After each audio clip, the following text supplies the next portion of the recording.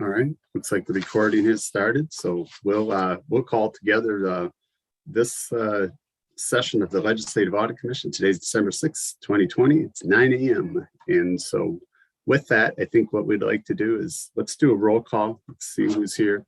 And then if we don't have a quorum, Ms. Gill, notify us as we move on. Oh, there's Senator Rest.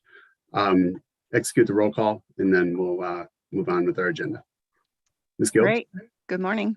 This is Shelley Gilb, and I will take the call, or the roll, sorry. Senator Cran. Here. Senator Benson. Here. Representative Bernardi. Here. Representative Erickson. Senator Frentz. Here. Representative Hansen. Here. Senator Kiffmeyer. Senator Kiffmeyer, I thought I saw her on here. She's there. Oh. Senator Kiffmeyer, I don't think your audio is active. Oh, it shows active. She's waving. She's here. Senator Klein. Representative Liebling. Here. Representative Pearson. Representative Quam. Present. And Senator Rest. Present. We have a quorum. Excellent. Quorum is present. So with that, members, welcome everybody. Good morning. And what I think we'll do is we've got a few members that we need for our second portion of our agenda. So what I'd like to do is move into the first part. We're going to do the overview of the Legislative Auditor Performance Review. And Ms. Weber, if you could take it away. Good morning, Mr. Chair and members. I'm Michelle Weber. I'm the Executive Director of the Legislative Coordinating Commission, and I facilitated the logistical aspects of the annual performance evaluation for Ms. Randall. The performance evaluation was completed at an in-person meeting on November 3rd with Ms. Randall, Chair Curran, and Vice Chair Hansen.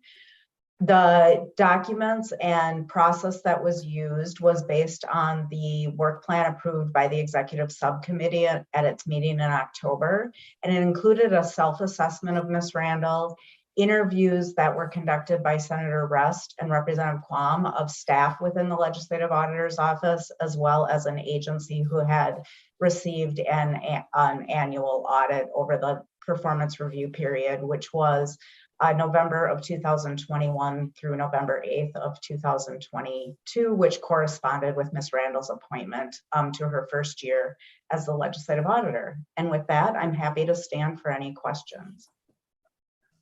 Thank you, Ms. Weber. And so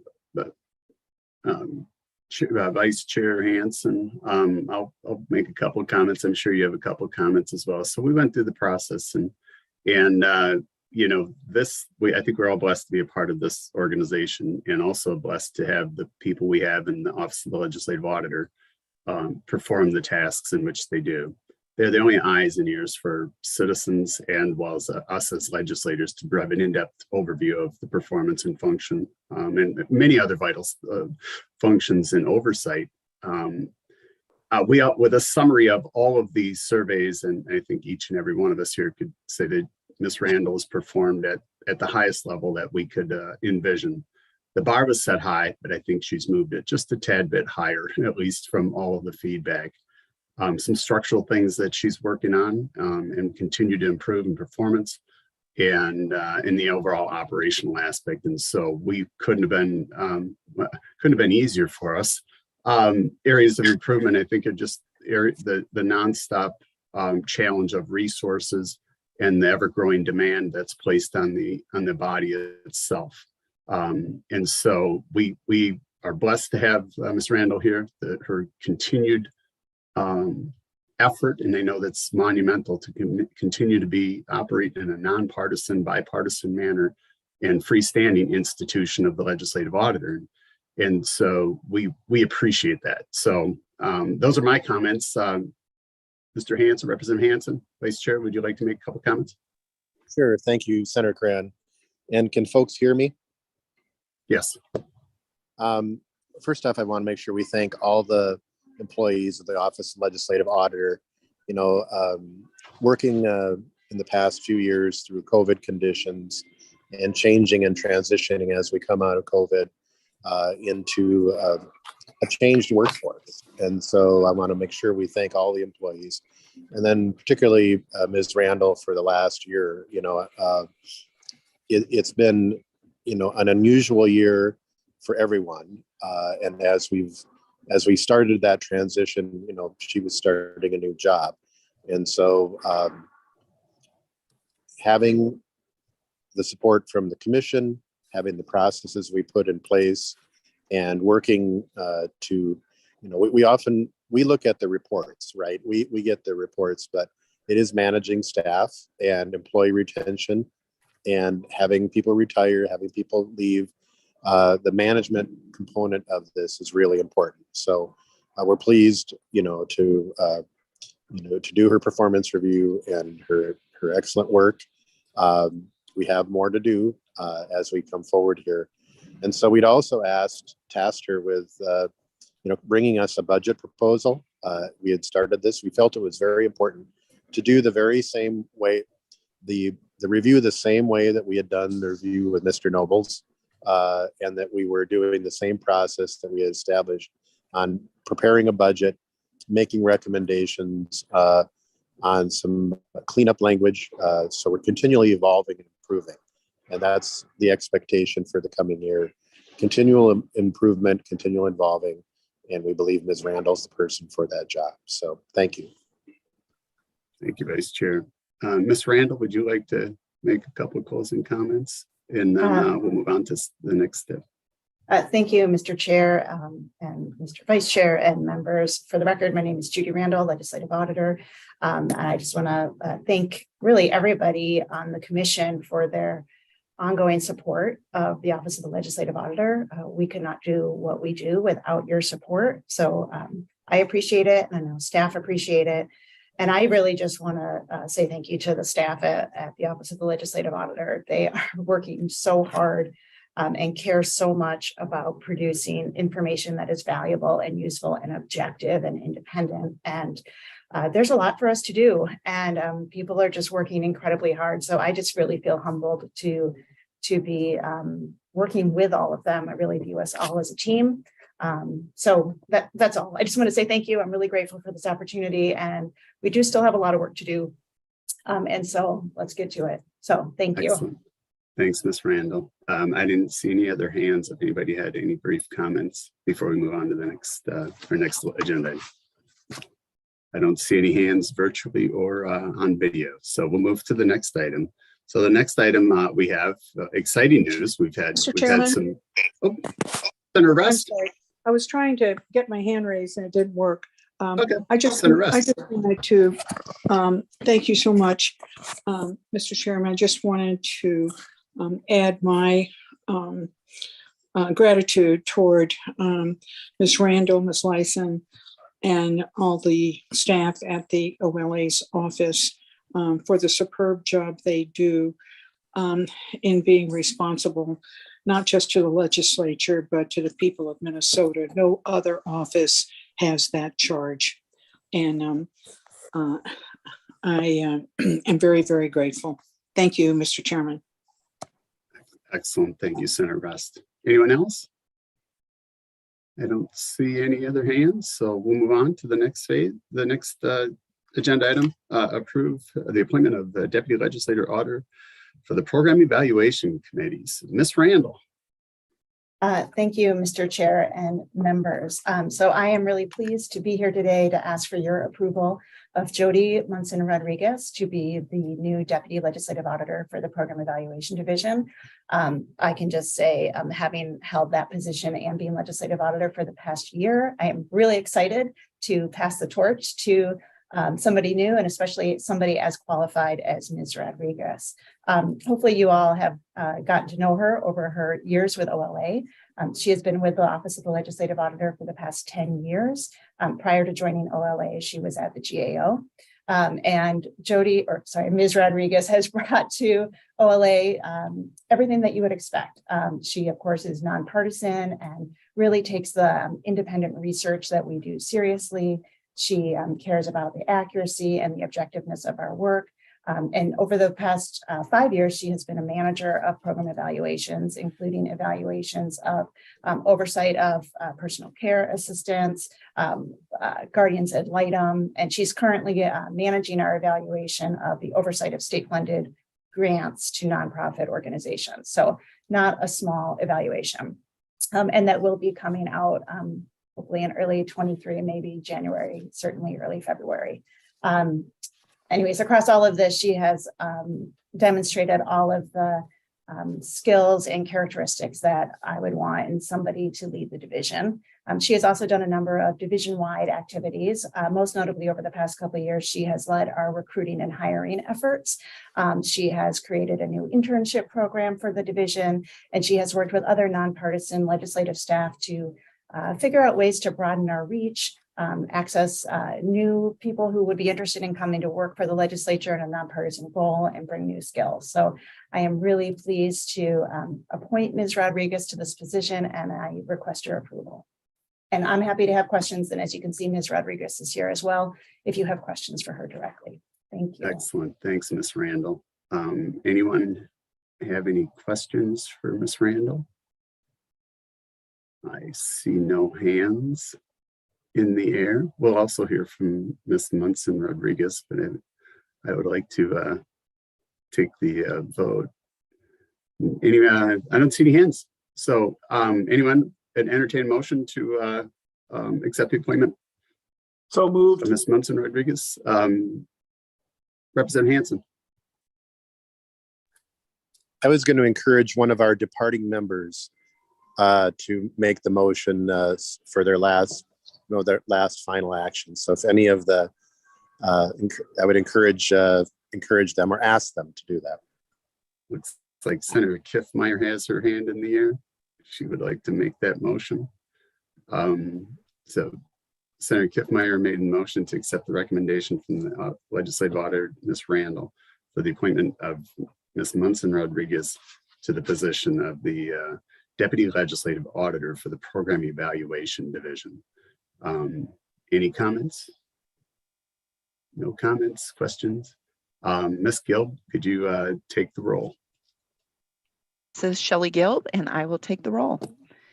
Senator Curran, Yes. Senator Benson, Yes. Representative Bernardi, Aye. Representative Erickson, Senator Frentz, Yes. Representative Hanson, Aye. Senator Kiffmeyer. I saw the aye. Senator Klein, Representative Liebling, Aye. Representative Pearson, Representative Quam, Aye. and Senator Rest. Aye. There's 9 yeses. Excellent. Thanks, Ms. Gill.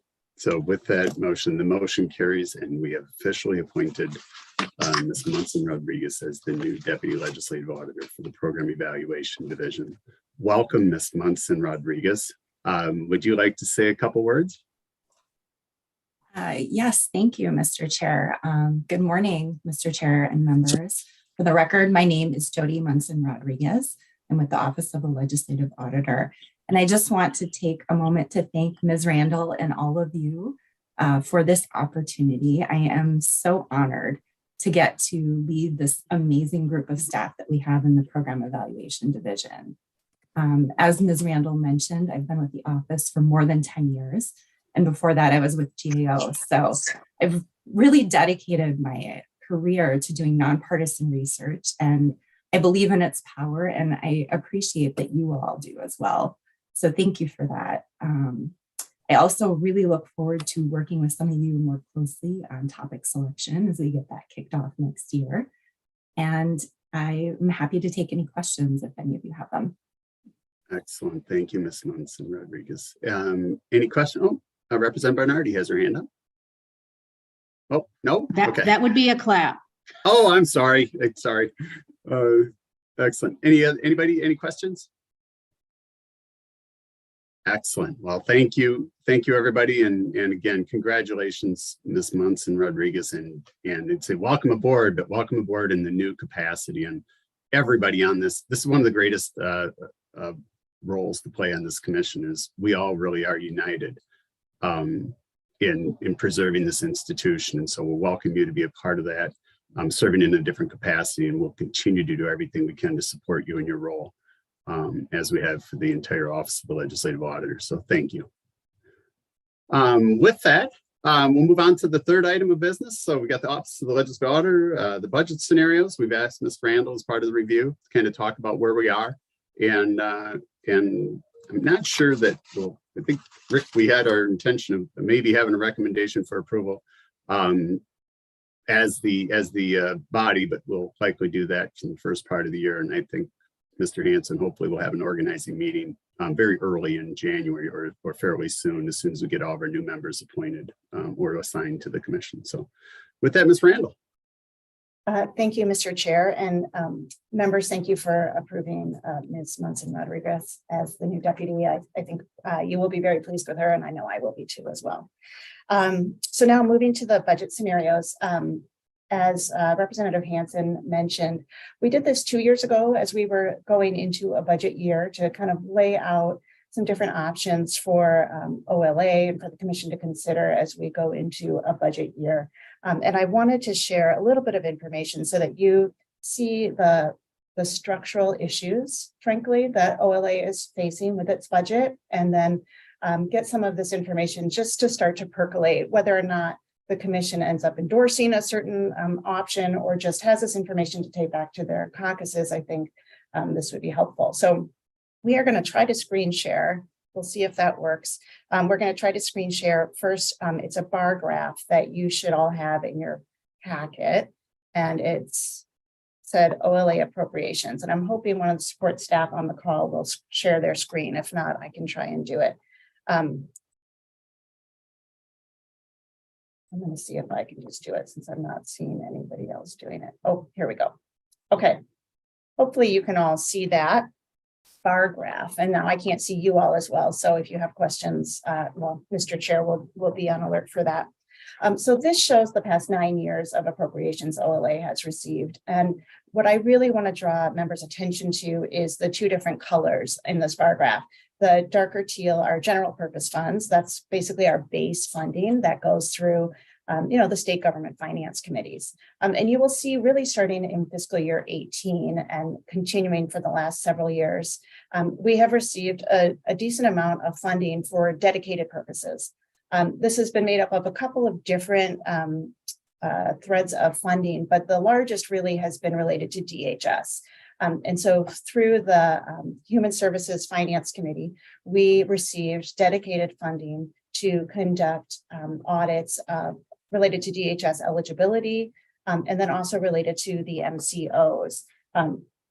In the most recent biennium, we had that funding still dedicated to DHS generally, and so we could use it for any DHS related audits, evaluations, or special reviews, and it was no longer necessarily targeted to MCO audits or eligibility audits.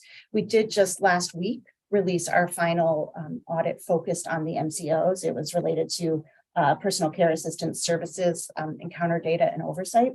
But what you can see here in this bar graph is what I kind of refer to as a cliff, where our base funding really will, our overall funding, I should say, will drop significantly when this dedicated funding goes away because it's not included in the base. So that's really the takeaway from this bar graph. I just wanted everybody to see really the structural issue related to our budget. And now if we could switch to screen sharing the different budget scenarios, I then want to walk through, we put together 4 scenarios. Of course, there are infinite number of scenarios for members to consider. These were just the 4 that seemed kind of the most obvious to think about as a starting point. So option 1 assumes we went over the cliff, basically, for lack of a better way to frame it. It assumes that there's no dedicated funding anymore coming through any of the other committees, and that OLA receives only its general purpose funding. And so you can see that would drop us to a $7.8 million budget each year, and that would result in eliminating 9 to 10 positions. So I just wanted to be really transparent. It's certainly an option for the legislature, and we would just scale back our work as appropriate. Option 2 that you see there is labeled maintain current level of funding.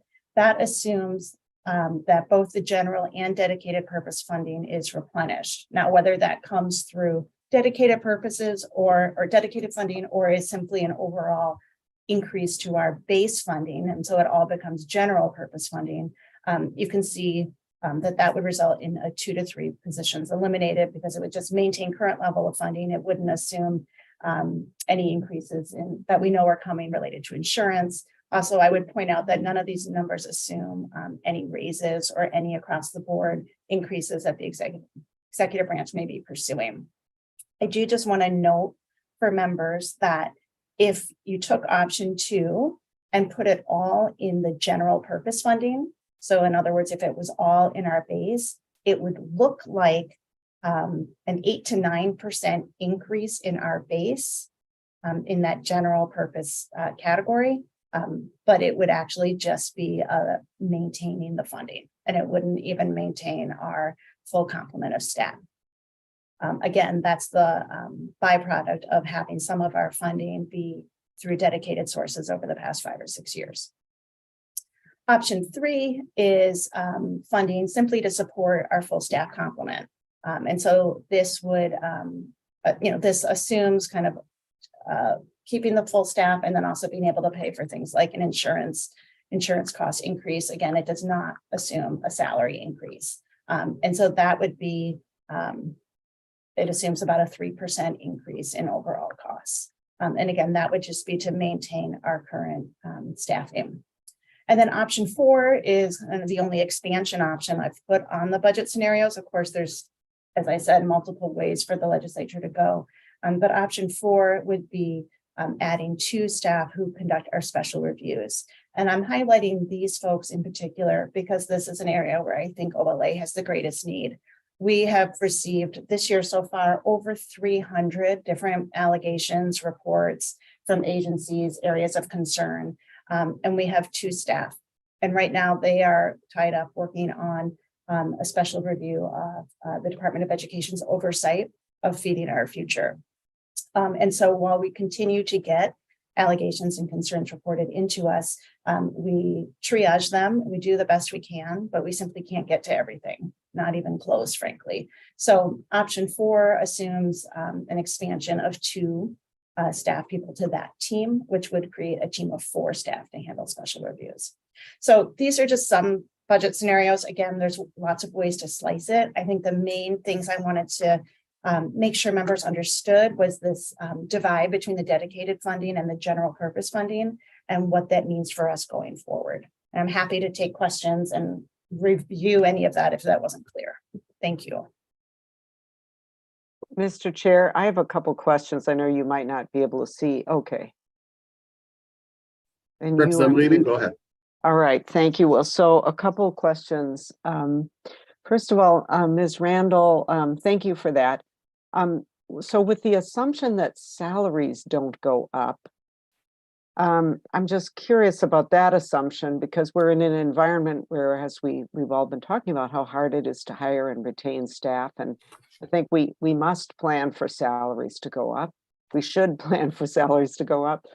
So could you just talk about that a little bit? I don't know if the OLA has regular salary increases built in or exactly how that works, but I'd like to hear a bit more about that. And then the second piece, I'll just give you both questions at once here and you can take them as you wish, but special reviews. So, with that load of reports coming in, well, maybe this is a more in-depth topic that we should take up at some other time, sort of how those get decided. I was, when you said there were so many, I was thinking, boy, I hope they're referring them out often to, if some of them are potentially criminal, obviously that should go somewhere. I assume that's kind of part of the work of what they're doing, is saying to the person, this one needs to go to the Attorney General, this one needs to go here or there. Anyway, those are my questions. Ms. Randall? Thank you, Mr. Chair, and thank you, Representative Liebling. Those are great questions. Let me take them in the order you presented them. Related to salary increases, OLA does have its own compensation plan that allows for merit increases annually. And we also have the cost of living adjustments that are approved by the Legislative Coordinating Commission. So we do regularly provide raises to our staff, both for merit and cost of living adjustment. It has been OLA's longstanding practice to not assume what those increases would be.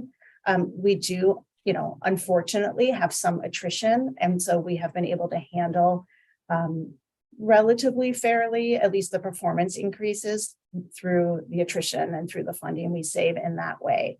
But you're right, these numbers don't bake in the across the board increases that the executive branch might be requesting or that other offices might be requesting. And so these are conservative.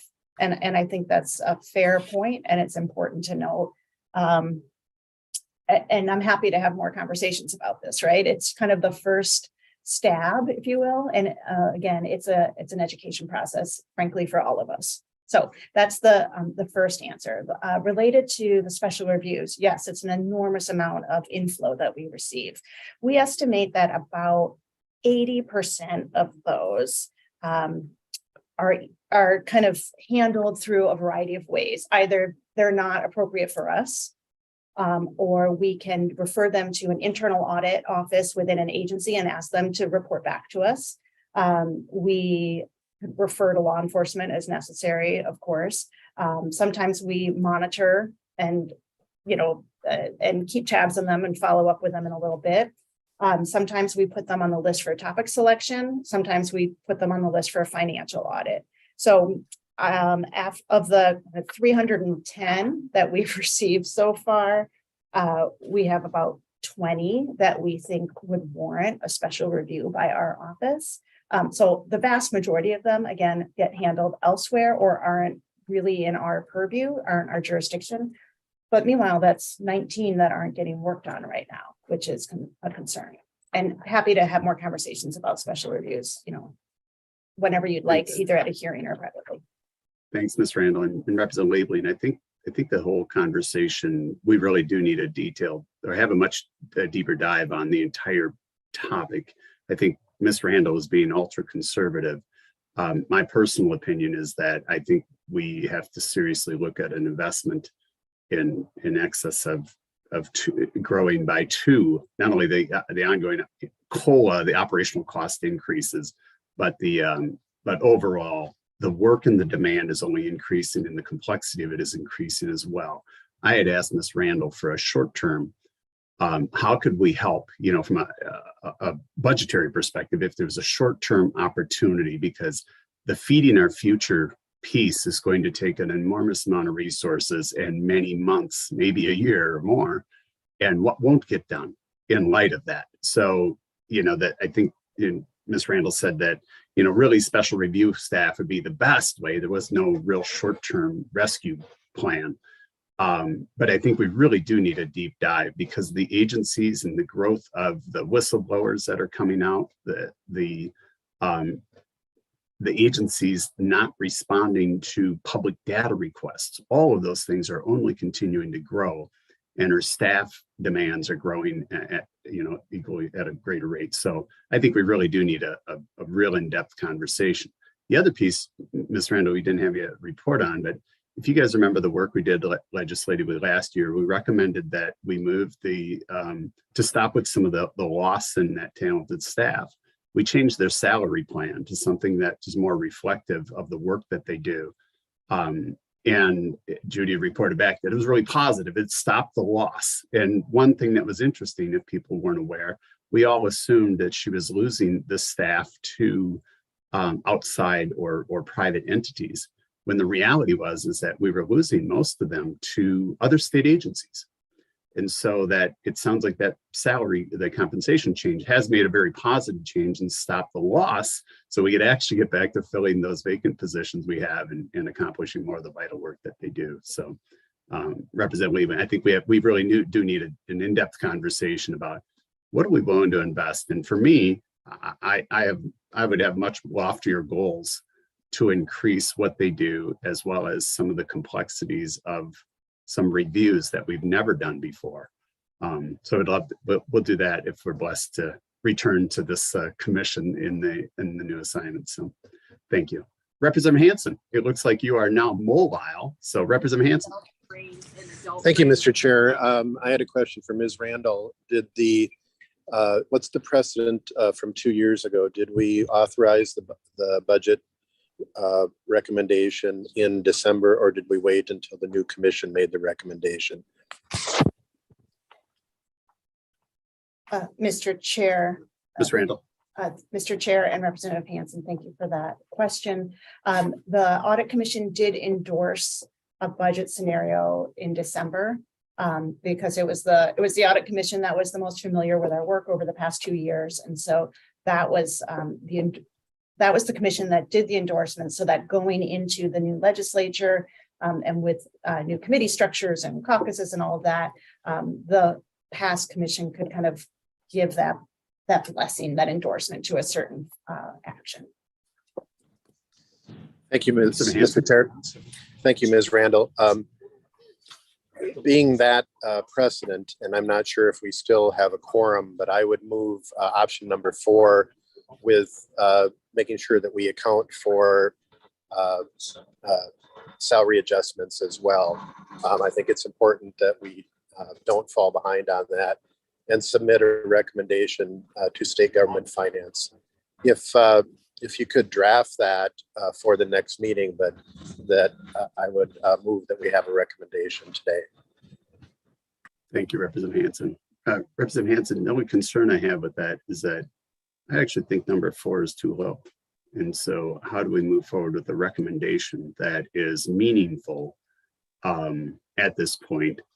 It's still, to me, that number 4 is kind of status quo, barely moves, barely accommodates the increase in cost and status quo. So I guess we could do that, but I don't know. Mr. Hansen, Representative Hansen, I think we've talked about it, that if we do this, it's a minimum recommendation.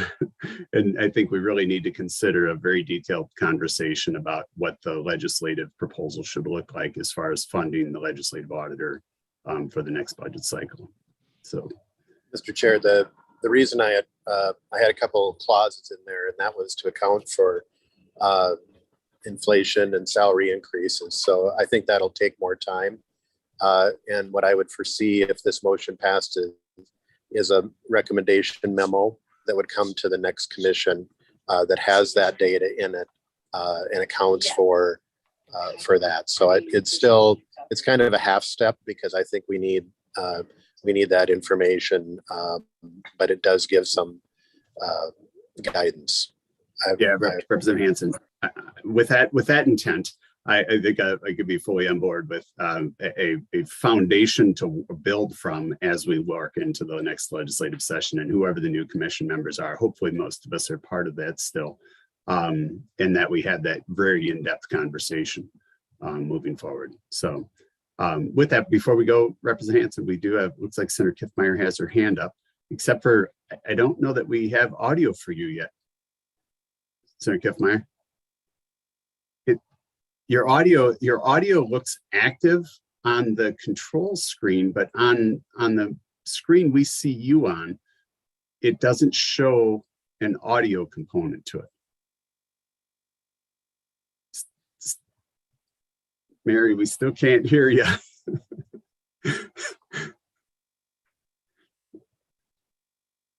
So, Mary, you'll have to try and either reboot it or try the dial in, and then we'll if we see you come back into another audio piece or whatever, we'll call on you. Okay. Representative Liebling. Well, since Senator Kiffmeyer can't talk, I'd give her a moment here, and I was going to take my hand down, but I do think we should just do something today. It's kind of more of a sense of the commission vote rather than, anything that we're approving a budget. And I think that would be helpful. And obviously, we're gonna get a bunch of new members after they get appointed here. And and hopefully we ourselves will be here, but you never know. So I think it would be good to have that vote and just to kind of put it out there as Representative Hansen was talking about. I agree, Representative Lehman. And based on the conversation post Rick's motion, that it sets a good foundation. So looks like Senator Kiffmeyer is still having trouble with audio. With that, I think we're all on the same page to move forward with the vote, and we can continue further conversation. So Representative Hansen made a motion to accept the recommendation of option number 4 from the OLA budget scenarios. In addition to the consideration that salary adjustments must be accommodated for, and the cost of living increases in that budget recommendation for consideration for the next Legislative Audit Commission. Representative Hansen, give me a thumbs up if that portrayed your motion. Ready to vote. Excellent. Ms. Gilb, will you take the roll call on that? This is Shelley Gilb, and I'll take the roll. Senator Curran, Yes. Senator Benson, Yes. Representative Bernardi, Aye. Representative Erickson, Senator Frentz. Did he leave? Senator Frentz had to leave. Okay. Representative Hansen, Aye. Senator Kiffmeyer. Do we see a thumbs up from her? I can't see her on my screen.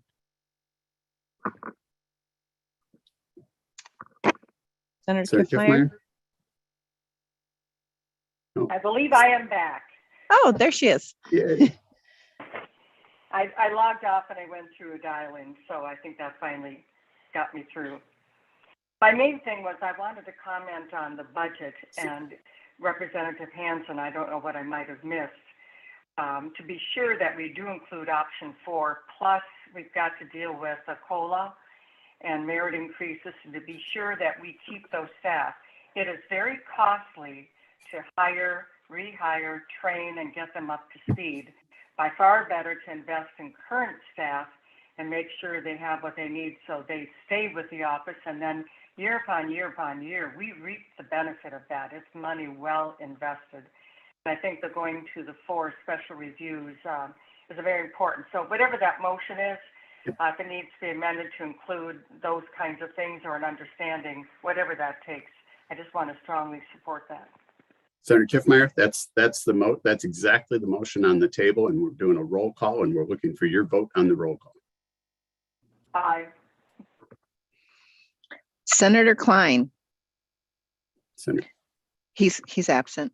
Representative Liebling, Aye. Representative Pearson, Representative Quam, Representative Quam, Aye. and Senator Rest. Senator Rest had to step out. Oh, that gives us a total of 7. So we have a quorum. Excellent. The motion Passed. The motion carries, and the recommendation is approved by the Legislative Audit Commission, as stated by Representative Hansen. So thank you, everybody, and we'll continue that work on hopefully with the similar some returning members to the Legislative Audit Commission. So thank you, everybody, and thanks, Ms. Randall. With that, we will continue the work of the Legislative Audit. We'll move on to step or our activity number 4. OLA housekeeping language. Ms. Randall, everybody should have had that included in their packet as well. And so, Ms. Randall, would you like to go over to the housekeeping language that was included in your packet? Thank you, Mr. Chair and members. And I do just want to say thank you to all of you for your support of OLA. I will happily pull together a new recommendation with option 4 plus merit, salary, and inflation, and come back with those numbers. And just thank you for the support. I know it means a lot to me and to the staff. Regarding the housekeeping language, the memo I've provided in the packet does not provide the exact precise language we are proposing or requesting, but it rather provides the broad strokes of what we are hoping to accomplish this session. We view all of these changes as non-controversial, and some of it is really just clarifying the language and making sure we're using the correct language. So I was just going to run through them at a very high level, and again, happy to answer any questions, that you may have. So the first set of changes we're proposing is regarding the chair and vice chair of the Legislative Audit Commission and how they are named. The first change is related to how Senate members in the majority party would be named. Currently, the Senate Rules Committee Subcommittee on Committees appoints the 3 commission members from the majority party in the Senate. But the minority parties in the Senate are appointed by the minority leader. So this change would simply have all the Senate members appointed in a parallel way so that the Senate majority leader would appoint the members who are in the majority party in the Senate. It's a mouthful. The other change in this area is to codify the longstanding practice that the chair and vice chair be of opposite parties. That has always been the tradition of the Audit Commission, but it hasn't been in law. And I just think it's a good thing to have in law to really codify the bipartisan nature of this commission. The nonpartisan nature of OLA, the office, is so important to our work.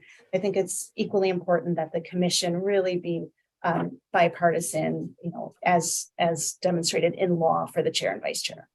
So that's that first set of changes we're proposing. Another set of changes we're proposing is regarding a requirement in our law that we review state agencies' contracts with public accountants. Honestly, I don't think this is something that a lot of agencies have been doing. And in the past year, we started receiving some of these contracts for the first time. And it was clear that we weren't really the right people to be reviewing their contract in terms of legal aspects of the contract, in terms of whether they're contracting for the type of services they need. They are best able to do that. It's a 7-day timeline on us to respond with comments, and we don't know, again, kind of their internal operations in terms of why and what they would need for these audits. We still think it's very important for us to receive the final audit reports. That's an active part of our oversight. I receive those and I review them for all sorts of organizations, and I do review them. And I follow up when I have questions. So again, we still want to receive those audit reports, but in terms of reviewing and approving and commenting on their contracts with the public accountants, we don't think that's the right role for OLA as an independent auditor to do. So we're looking to revise that language accordingly. Another change that we are hoping to make is clarifying some of the language related to the information and data we have access to. Right now, as I think you know, our law gives OLA broad access to data, books, property, records of any classification as part of an audit. And our law says that in all things, agencies need to cooperate with us. And frankly, we have been facing some resistance from some agencies when we have been trying to access their data systems directly. The reason why this is important is when we go to audit an agency, we need to look at the data. And as an independent auditor, it is important that we can look at that data directly without it being filtered through agency staff. And most agencies cooperate with us, but we have been having some problems in this regard. We think our law already clearly gives us this authority. It's data of any classification, but we just think it would be clearer if our law kind of comes up to date. Some of the language in this law is a little dated, in terms of looking at records and property. And so we think saying clearly data systems are also something that we, of course, have access to would just help us a little bit with some of these agencies that seem to be struggling a little bit in giving us this independent access. I do want to just emphasize that as with all of the data we request, as with any type of information we look at, we are subject to the Government Data Practices Act. We take that very seriously. The responsibility to protect non-public data is paramount for OLA. And we don't want to take in more data than we need. we got plenty of work to do. We don't want more than we need. So again, we just need access to the data. We need to do our work. And so this clarification would help us with that. And then the final kind of bucket of changes, and these are ones that sprinkle throughout our authorizing statute, is related to language on the classification of data. And so I won't get into the details unless members really want, but basically there is kind of a catch-all phrase that we have used called not public data, but there are actually 4 categories underneath not public data, 2 that apply to individuals, 2 that apply to entities. It depends on whether or not the subject of the data can access the data. Anyways, we use these terms inconsistently in our law. We are more specific when it relates to data from individuals and not when it relates to entities. And so we are just trying to clarify it and use the proper language. So I think those are really quite non-controversial. We are also hoping to strengthen a little bit of our law that gives us the ability to release not public data to law enforcement agencies and as needed to conduct our audits. So again, some of this is things that we've already been doing, but don't have the exact clear authority to do. And so we just want to clarify that. We think it's really important for us to be able to provide information to our law enforcement agencies, and our authority lets us do it after we've done a report, but it doesn't always let us do it if we've just received an allegation about it. And we had an example of this recently where we received information about potential fraud from, well, actually it was a theft from an agency, but they were worried about, hold on, I want to say this correctly. We had this issue in an agency. They identified some theft. They notified the law enforcement agency, but did not get a response. So then they notified us and said, can you help us? Well, we could probably get the attention of the law enforcement agency, but we didn't have the law that allowed us to give the law enforcement agency the not public data of the state agency. And so we basically got those 2 folks in contact with each other and it got handled. But it would have been a lot easier if we could have simply said, hey, law enforcement agency, we have been notified of this. Here you go for it. I don't know if you all followed me on that. It was a little circuitous. But anyways, the point of all of this is we're trying to get our language clarified and cleaned up so that we can do our job more effectively. That's really the bottom line. Thanks for going with me on that journey. If you have any questions, I'm happy to answer them. Thanks. Excellent. Thanks, Ms. Randall. And Representative Liebling. So, yeah, thank you. So, Ms. Randall, most of that I completely agree with, and, shouldn't be a heavy lift, I would expect, but a couple different things kind of caught my attention. And one is kind of that last one you were discussing about releasing data to law enforcement. I think when you get into releasing data that is non-public to law enforcement, we're opening a can of worms that I think really needs a lot more discussion. And so I just would kind of raise that flag. I'm not the most expert of the data people here in the legislature, but I think we just have to be careful to parse that one, because if it's not public data, if the agency can, what you described is where the agency could release it, but you couldn't. That might be a category where we could give the OLA that authority. If the agency could already do it, I don't see why you shouldn't be able to do it. But I don't think we want to create a situation where an agency can't release data because it has some classification status, but then it could be released to law enforcement through a backdoor of using the OLA. I just think we need to think more about that. So I just want to kind of put a pin in that one. And then the other one that you were talking about, access to data, and what you said sounds very reasonable about, updating the statute. I just am curious about if agencies are saying, no, you can't access our electronic data directly. I just would want to understand why they're saying that before just going ahead and saying, sure, do it. It's just like the papers and the books.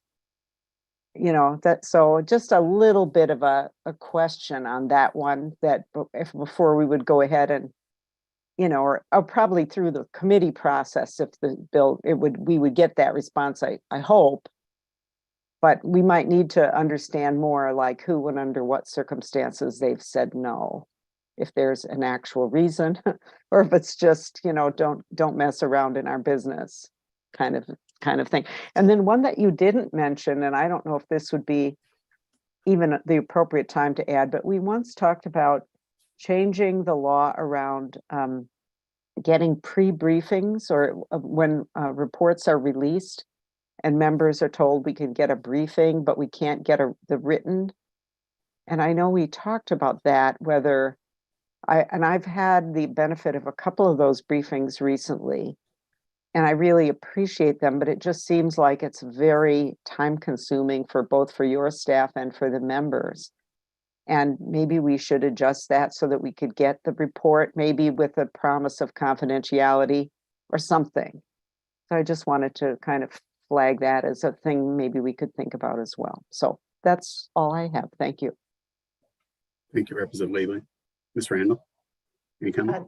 Yeah, thank you, Mr. Chair, Representative Leibling. I think those are all great points. I think your thoughts about our ability to release data to law enforcement and us becoming a backdoor, I think that's very insightful, and I would want to be careful about how we frame that language so that we don't get used in that way, right? That it's only when it's appropriate. And so I thought that was helpful. Regarding access to data, absolutely happy to have more conversations about some of the resistance we've seen from agencies. Some of it is about things that we already have internally for our own policies related to password controls. And, I think agencies are nervous. I understand. I always think it's appropriate when an agency says, wait, what do you want? And what is your authority? And I'm supposed to provide you what, not public information, right? I always like it when somebody says that, especially people who aren't familiar with OLA. That's absolutely their responsibility to protect that not public data. So I think those first questions and conversations are fair. When they continue, however, or when agencies simply don't respond, that's when we start to run into problems. And so it's really about, again, our independent access to be able to do our job. And I'm happy to talk with you about some of the specifics that we've run into over time. Regarding having the copies of the report in advance, I wish Senator Rest was still on, because she would remember those days when we used to do that. And so we used to provide members the reports a day or two in advance, and then somehow stories got leaked to the newspaper. I won't say members did it. I will just say that somehow. And so then it was like, wait, the story was in the newspaper, but we hadn't had an official release yet. And some people had seen it and not. And so it was kind of a commission decision to just say, you know what, we're just don't give it to us so that it's more, everybody gets the information on the same day. But I have also heard the dissatisfaction with that, because then you're in a committee and you're kind of absorbing all this information for the first time at once, and you can't necessarily ask the questions you would want to be asking. And if you had a little time to digest it beforehand, you could. So I'm certainly happy to talk with commission members about how to address that. I mean, maybe we do a release and have a hearing 2 days later, and maybe that's our standard procedure. I don't know. I'm just brainstorming here. But again, I'm happy to work with members to think about a way that best serves your interests and then also kind of protects everybody's interest in getting that information. Thanks, Ms. Randall. Thanks, Ms. Randall. We have Representative Kwong. Thank you. On the accessibility to data, I would think language that said that outside the scope of the audit, there would be the same constraints upon distribution of that data. Something along those lines would add some comfort to people who are concerned. Along the lines of reporting to law enforcement. We have many mandatory reporting cases. Usually it has to do more with minors and certain activities. However, because of the function of the auditor is to look for things, if the auditor uncovers something that appears to be illegal, we could have language that was similar to automatic notification. We should have the caveat to that to be somewhat similar to a confidential informant language that restricts it to a very small 1 or 2 people, a person of authority and a law enforcement specialist. So with that language, we're not disseminating it so that it somehow becomes public, but there are programs in place to constrain the distribution of that. That once the investigation goes, then we can go into what is appropriate for, whether it's having to get, see, I think because of what the auditor is doing, and you're looking at things that are public funded government oversight, sometimes it's federally required oversight, that there's sufficient understanding that there's a probability you could come across the breaking of a law. So I would plagiarize statutes that are similar, but I think the scope of confidential informer, where then you have some constraints, would be useful. So I understand Representative Liebling's concerns about, once you hand it off, or is it breaking a, there's no warrant for that, but it's discovered information and the process of doing your duty. And I think we can find some language, and I would be willing to assist in the careful wording. Thank you. Thank you, Representative. Thank you, Representative Quam. Yeah, there's plenty of work to do on making sure to refine it, and I'm sure the committee process will thoroughly vet that.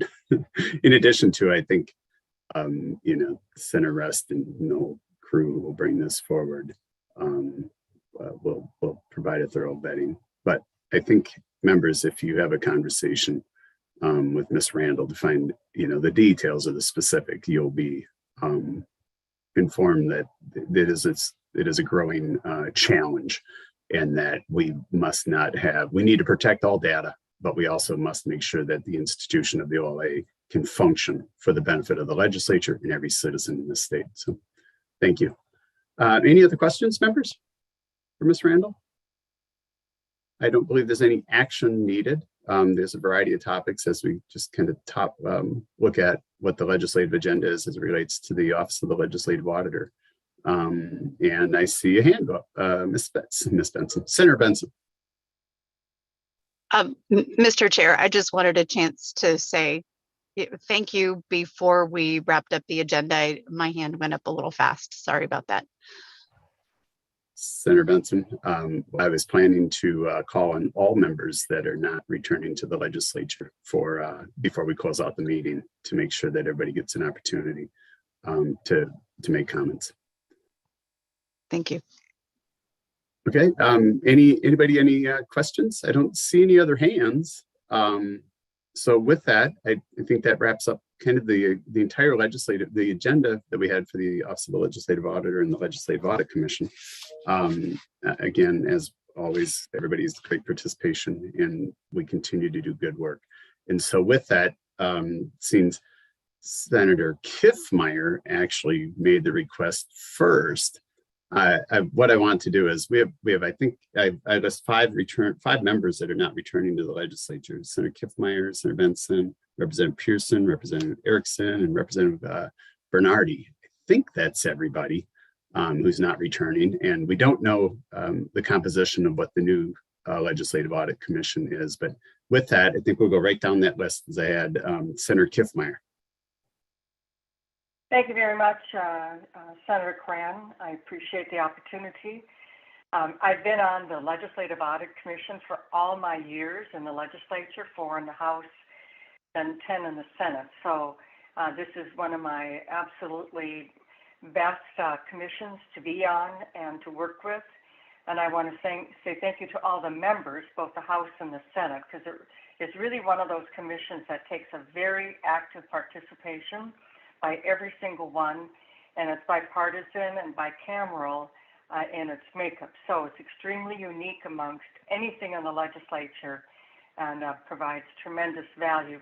Then also to say thank you to all the staff, to Ms. Randall, and welcome to Ms. Rodriguez and everybody else that we've all worked with. We know how important it has been in regards to the staff and the leadership, and then also all of the other workers. And I'm really glad to see that our retention is there, because that is one of the great values, is to have that. And so in regards to the future and the work of the commission, though, one of the things that have been my strongest mission during my time on the Legislative Audit Commission is to see that the work product of the OLA, the reports, the recommendations and their suggestions are heard in my committee, are heard in other committees, and that we encourage every single chair to hear whatever report might be effective in their particular committee. And then as legislators or committee chairs to take up the recommendations, to use the work. If we fund the OLA, they do these great reports, and then we don't follow up by actually acting on their recommendations. It's really ridiculous that we would do that. So the end part of this is to not only have the OLA do the great work, do all of that, but then the responsibility comes to us in the legislature to take action on that, whether it's in committee or as individual legislators. And so I want to encourage all of you or any new members, and for whoever is continuing on, to remind the new members, which will be pretty significant, that there's going to be some new members of the commission, to continue to foster that, to make use of the work, act on that work both in committees and then in the legislature. So thank you all for the tremendous opportunity to have served. Really, really appreciate it, and I wish you all the very best in your future work. Thank you. Excellent. Thank you, Senator Kiffmeyer. Senator Benson. Thank you, Mr. Chair. And I too have served on the Legislative Audit Commission. From my time as a freshman, I have learned so much about good process from the folks at the Office of the Legislative Auditor, and the way they truly value their nonpartisan, fact-based reporting. And I think one of the shortcomings, and Senator Kiffmeyer referred to it earlier, is that members of the legislature don't put legislative audit recommendations into legislation and move it through the process. I think we could get some really good outcomes if that was more specifically done. And so I would encourage new members coming in, when you're on a committee, go review some of the work that's been done in the last couple of years. See if those problems have been solved. See if agencies have addressed the concerns that were raised in those audit reports. And to the future members of the Legislative Audit Commission, the trust that is essential for this nonpartisan work should be the calling card of anyone who's appointed here, and to all the members of the commission, regardless of where we have stood politically, other issues that might have divided us. It was so clear that the nonpartisan work and the elevation of the importance of the role of the legislative auditor was a hallmark of the work on this committee. It has been a tremendous honor. And I will keep reading legislative audit reports just from the other side. Thank you, Senator Benson. And I think we have, I think Representative Pearson and Erickson are both not in attendance today. So that comes to Representative Bernardi. Well, thank you very much, Mr. Chair, and to all the members that are on, well, that are part of the committee and here today, and our staff. It's been an honor to serve with you for the last 10 years on this commission. I've served for 16 years in the House, and I was fortunate 10 years ago with redistricting to be able to get appointed to this important committee. You know, I tell a lot of my constituents, things that really change people's lives oftentimes are policies. And it's also not just passing laws and policies, it's also about system change. So unless the systems change and fully implement those policies and laws, and we don't get the kind of change, structural change that we're actually after. So this is really, really important work. I've been a part of the National Institute of Civil Discourse, where our civil discourse, our civility caucus, it was started out of, and this is one of those committees that truly is bipartisan. No majority takes the prize. And so we get the opportunity to work together to evaluate and to look into how we are doing as a state government. And, you know, one of the other things is just thanking all of our state employees who actually implement all these laws that we pass, and doing it to the best of their ability. So I want to acknowledge that too. And, you know, some good things have come out of these bills that out of the Legislative Audit Commission, things that we kind of know in our gut, but we've never been able to say, hey, we have proof now. And we've been able to do government better because of it. And so thank you, Ms. Randall, the entire staff at the office, the legislative office, the Legislative Audit Commission that we're on, and your staff. So anyway, I want to wish everyone best wishes and thank you for all this opportunity to collaborate and work with you all. Excellent. Thank you, Representative Bernardi. And with that, I too, well, this is the last Legislative Audit Commission meeting for the current composition of the board, and me as the chair. It's been a pleasure. I absolutely probably cherish this role more than any other role in the legislature because of the importance of the office of the Legislative Auditor. Hold on one second. My grandchild interruption. But it really is. I don't think people know. In fact, I think that it should be a mission for each and every one of us. I think the comments were sometimes the legislature doesn't follow through with the recommendations of the legislative audit. I think there's still a variety of members that don't understand the role, and it is literally the only oversight of state government operations that exists. And its function in reporting to the legislature is really unique. And I think we need to preserve that. And this body has done a great job. We can all, right? We all politic. That politics is how we get elected. Governing is what we do in the legislature. But this particular commission goes a little step further. And we really have been operating in a nonpartisan manner and in bipartisan manner across the board, and fight in a united manner to preserve it and make sure they're able to do the work that they do, because there is no other entity to provide that oversight and all of the activities that the legislative auditor does. So I'm grateful. I hope I return to the legislative auditors, the Legislative Audit Commission, as the new appointments and the enrollment or the appointments are made. It looks like we'll probably have at least half of the Legislative Audit Commission turnover. And I think we need to make sure and find those members who act as every one of us has here in the current commission with the same dedication and commitment to the Legislative Audit Commission, thus supporting the auditor, to make sure that we continue to improve on and make sure that at the end of the day, we all as legislators know that we have the structure in place to make sure that everybody gets best value for every dollar we have. And not just the hard dollars, but the outcomes when it affects health and human services, when it's real lives on the line. I think they kind of lose sight of what the outcomes or the benefits are of having that oversight. So I'm so grateful. Thank you for everybody there. I wish everybody an amazing holiday season. We will get to see each other much more frequently in the next few weeks. So enjoy the time with your families. And again, thank you for everybody's on the member and your non-returning members. I know you're afflicted with paying attention.